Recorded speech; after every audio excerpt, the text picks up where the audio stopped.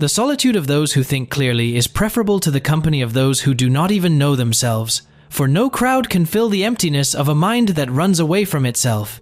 In a world where billions of people live in constant connection, why do so many feel deeply alone? Perhaps because true loneliness is not the absence of people around us, but the absence of people who truly see us. Look around you. In restaurants, people sitting at the same table, each immersed in their own phone. At parties, shallow and predictable conversations about work, the weather, and gossip. On social media, lives carefully edited to look perfect.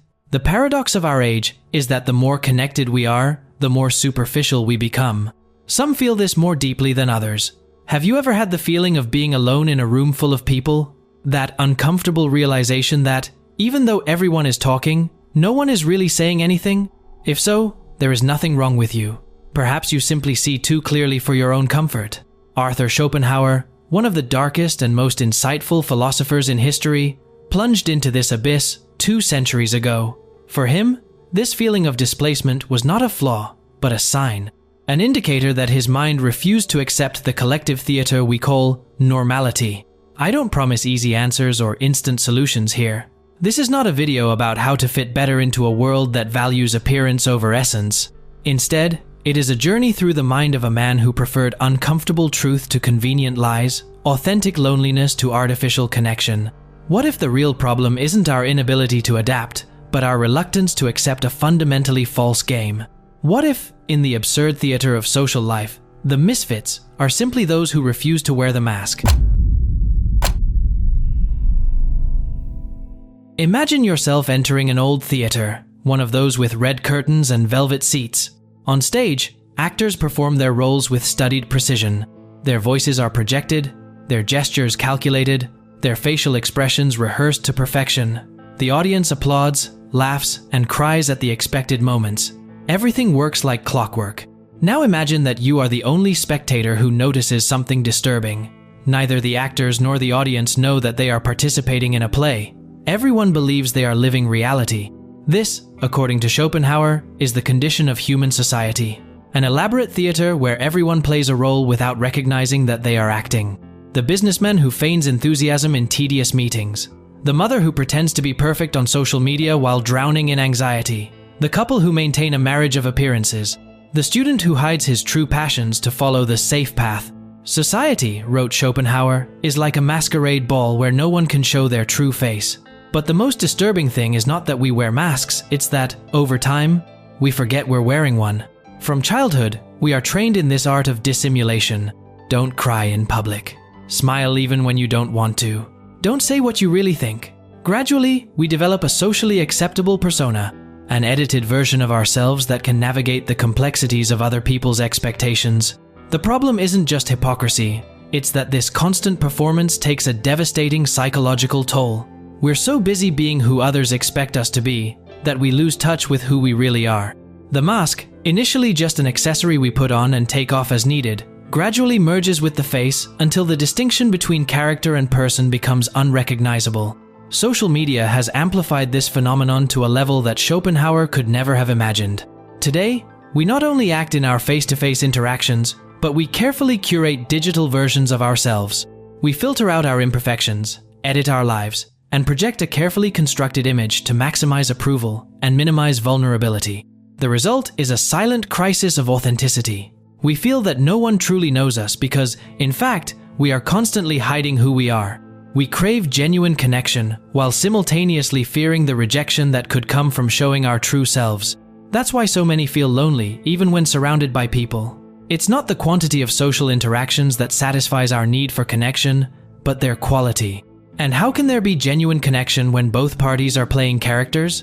Schopenhauer observed that this collective charade is not a malicious conspiracy, but a universal condition of social existence. Social survival requires certain concessions, lying about how we are, exaggerating achievements, minimizing flaws. Without these strategies, rejection becomes imminent. Deep down, few dare to be completely sincere, because those who do risk becoming outcasts. The unsettling question that remains is it worth being authentic in a world designed for appearances? When we realize the theatrical nature of society, we face an uncomfortable choice. We can continue to play our roles, now consciously, playing the social game, even though we know it is false. We can rebel openly, refusing to participate in the collective theater and paying the price of marginalization. Or we can seek a middle path, recognizing the game without being consumed by it. What Schopenhauer realized, and what few have the courage to admit, is that the overwhelming majority of people prefer a comfortable lie to an uncomfortable truth. They prefer the warmth of social acceptance, even if based on falsehoods, to the coldness of solitary authenticity. And so, day after day, the theater continues. The curtains open, the actors take their places, the masks are adjusted, and everyone pretends they are not pretending. But for some those with eyes that see too much, minds that question too much, the weight of the mask becomes unbearable. And this is where the real dilemma begins. What to do when you see beyond the collective theater? When clarity of vision paradoxically becomes a barrier to human connection? Wake up, work, pay bills, sleep, and repeat it all over again the next day.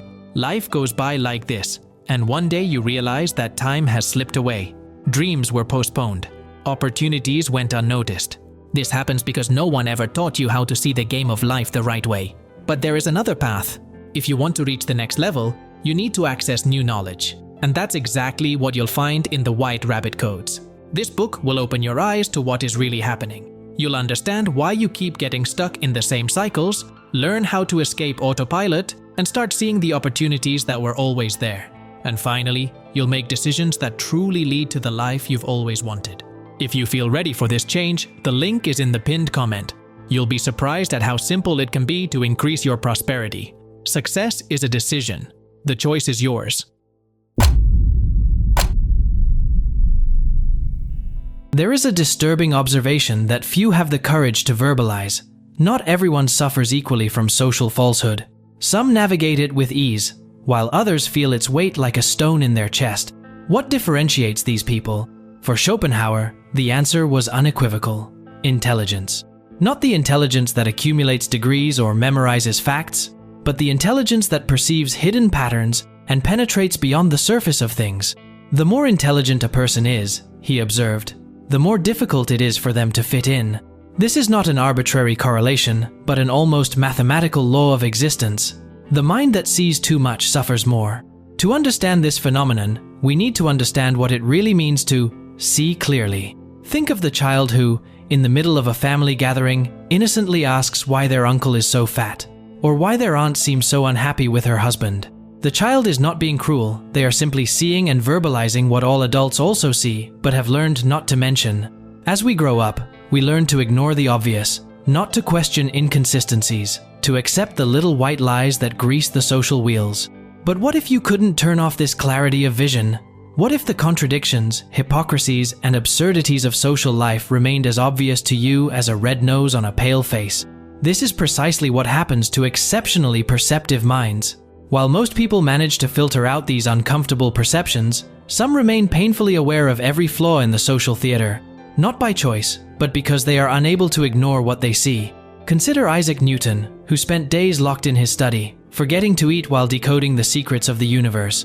Or Nikola Tesla, who talked to pigeons in his hotel room while devising technologies decades ahead of his time. Emily Dickinson, a recluse in her bedroom, writing verses that the world would only understand after her death. Friedrich Nietzsche, walking alone in the mountains, conceiving ideas so intense that few of his contemporaries could bear them. The pattern is undeniable. The brightest minds often live on the margins of society, not out of arrogance or misanthropy, but because the intensity of their perception makes conventional social participation unbearably painful. He who marches to the beat of a different drum, wrote Schopenhauer, hears a different drum. The problem is that hearing that different drum can be profoundly lonely. It's like watching a bad movie with friends who seem enchanted by it. You notice the holes in the script, the wooden acting, the obvious cliches, but everyone around you is laughing and applauding. Eventually, you begin to question your own perception. Am I seeing problems that aren't there? Am I overly critical? Is there something wrong with me for not being able to appreciate what everyone else seems to love? This is the daily experience of those who see too clearly. The world celebrates the trivial, and you can't fake interest. Conversations that others find stimulating seem empty to you. Achievements that society, value status, material possessions, popularity, you recognize as illusory. The result is constant intellectual frustration, a hunger that is never satisfied. Like someone with a refined palate condemned to a diet of fast food, you crave substance in a world that rewards superficiality. And then comes the temptation of isolation. If society is a theater of the absurd, why keep watching the play? Why not retreat to the wings, or better yet, out of the theater entirely? This was the path many great thinkers chose. Tesla isolated himself in his laboratory. Newton rarely left his home. Dickinson communicated with visitors through a half-open door. Not out of misanthropy, but out of necessity. They needed silence to hear their own thoughts, solitude to escape the cacophony of trivialities that others called conversation. But this path has its price. The human mind was not designed for complete isolation. Even the most brilliant thinkers need some form of connection. The real dilemma for those who see beyond is not simply between participating in social falsehood or withdrawing completely. It is the search for a third way, a way to exist in the world without being consumed by its superficiality. A way to maintain clarity of vision without sacrificing all human connection. This dilemma intensifies in the modern age. Contemporary culture not only tolerates superficiality, it actively celebrates it. Easy entertainment has replaced reflection. Opinions have replaced knowledge. Virality has replaced depth.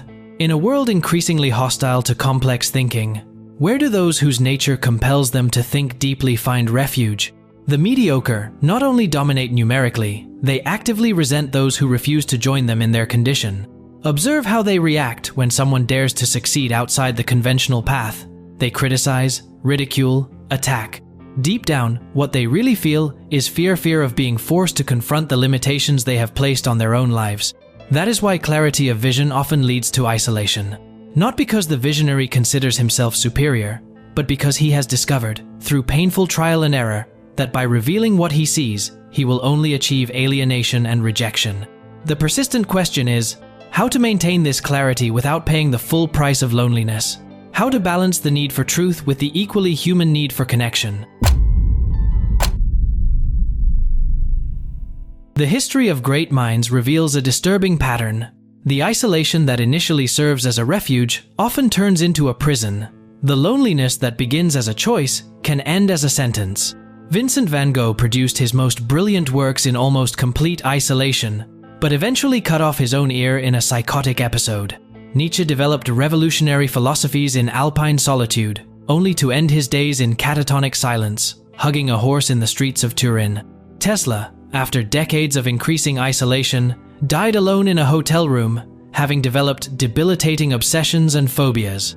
The line between genius and madness has always been dangerously thin. As Schopenhauer observed, he who fights with monsters should look to it that he himself is not a monster.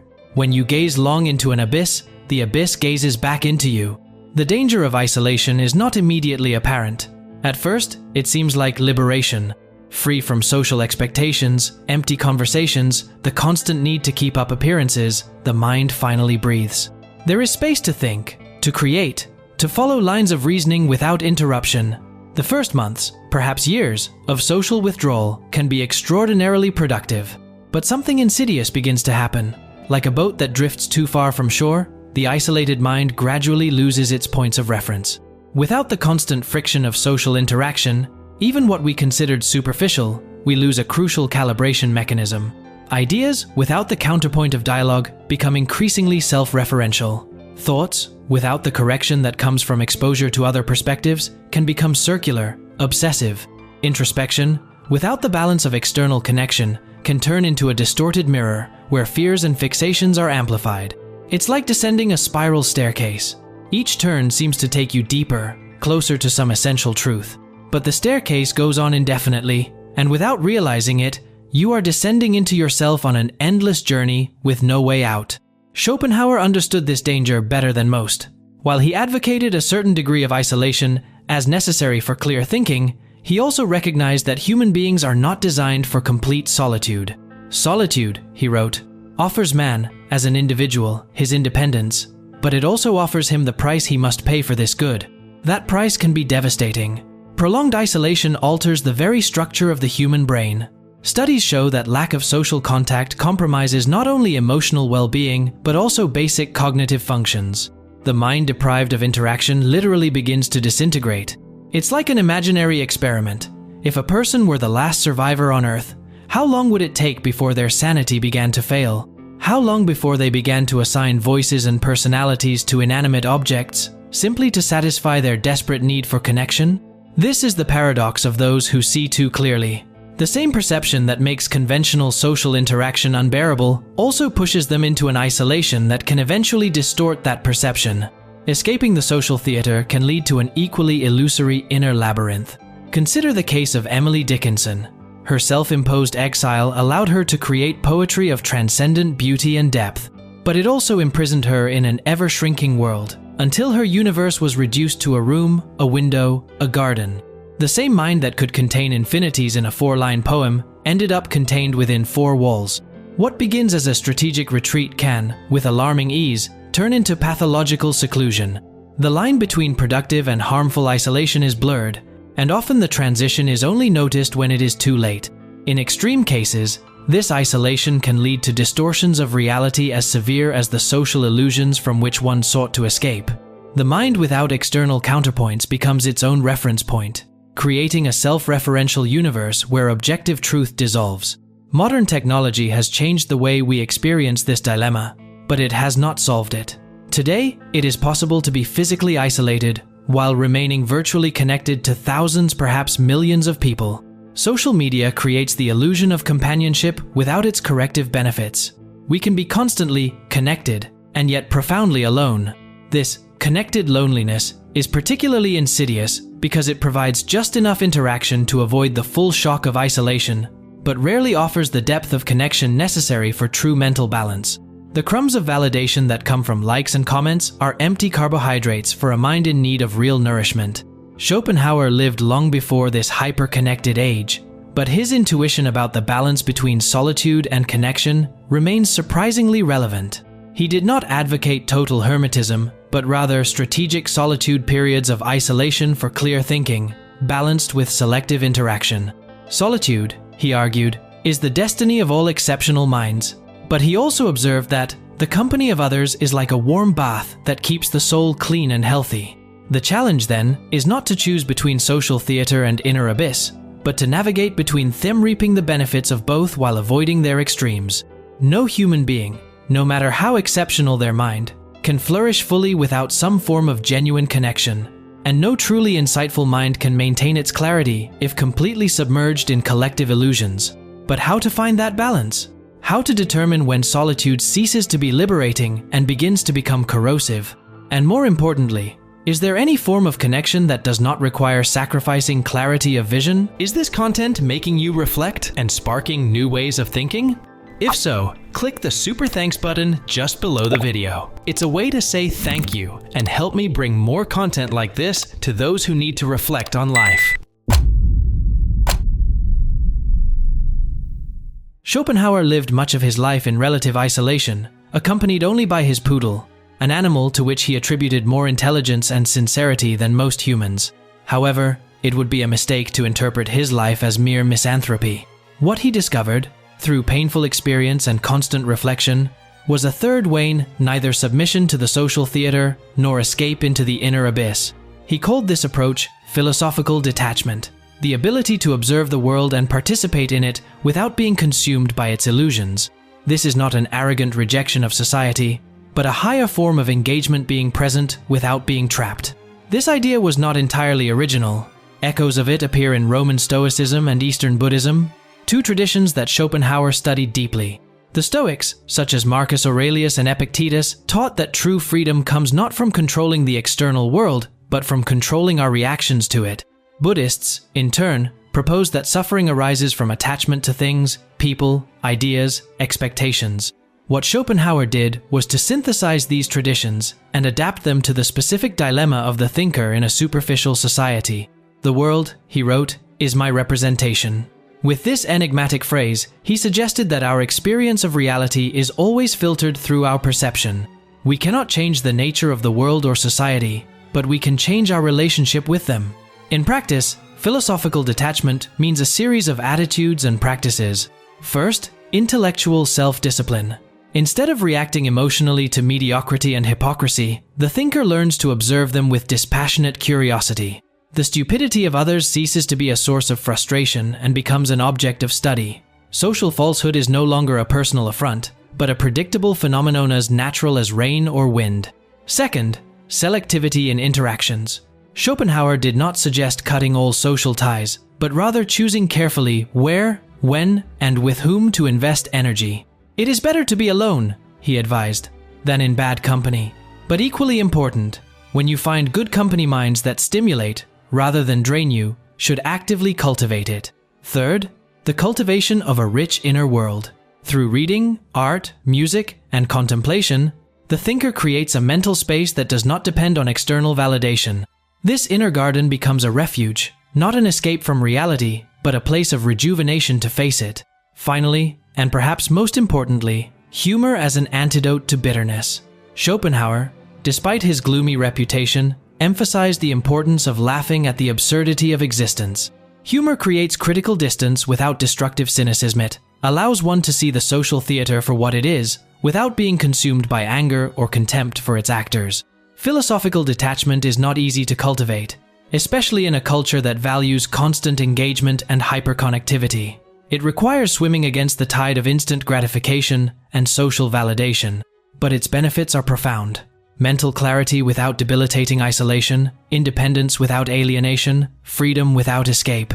Interestingly, those who master this art often find that they can have more impact on the world precisely because they are not desperate for its approval. Freed from the need to please or impress, they can speak truths that others fear to utter, create art that challenges rather than comforts, pursue knowledge wherever it leads into uncomfortable territory. Schopenhauer himself is an example of this. Largely ignored during his lifetime, his philosophy eventually influenced figures such as Nietzsche, Freud, Wittgenstein, and through them, all of modern thought. His detachment allowed him to write with a clarity and honesty that his more connected contemporaries would not dare. This is perhaps the ultimate paradox. Those who learn not to need the world are often the ones who transform it most profoundly. So what is the lesson for those of us who feel the weight of the social mask, who see beyond the collective theater, who experience clarity as both a blessing and a burden? It is not that we should conform, nor that we should isolate ourselves. It is not that society is wrong and we are right, or vice versa. It is that there is a middle ground, a way of being in the world without belonging completely to it, of participating without being possessed, of seeing the collective illusion without being consumed by anger or despair. Philosophical detachment is not a perfect solution. Moments of loneliness will still come. Frustration with superficiality will still arise. The longing for genuine connection will remain. But this approach offers something precious, a middle way that honors both our need for truth and our need for human connection. Schopenhauer lived 2 centuries ago, but his dilemma is eternal. As long as there are minds that see beyond the surface, there will be tension between clarity and belonging, between truth and connection. The challenge is not to resolve this tension definitively, but to dance with it gracefully. In the end, perhaps true wisdom lies not in rejecting social theater or succumbing to it, but in recognizing it as just one aspect of the human experience, important but not definitive. In seeing that beyond the roles we play and the masks we wear, there is a deeper truth, that we are all actors and observers, protagonists of our own inner stories, navigating the same ocean of uncertainty. And in this mutual recognition, in this shared understanding of the human condition, perhaps we can find the authentic connection that we all, deep down, seek. Not despite our differences, but through them. Not in conformity, but in compassionate acceptance of our individual complexities. Not in the noisy theater of appearances, but in the eloquent silence of genuine understanding. If you've made it this far, you've already taken a step beyond most people. You're subscribed to the channel, you watch the videos, you reflect on every idea. Now the question is, how far do you want to take this? If you want to take the next step and truly apply this knowledge to your life, the White Rabbit Codes is ready for you. The link is in the pinned comment. Remember, success is a decision. The choice is yours. Count on me and follow the White Rabbit.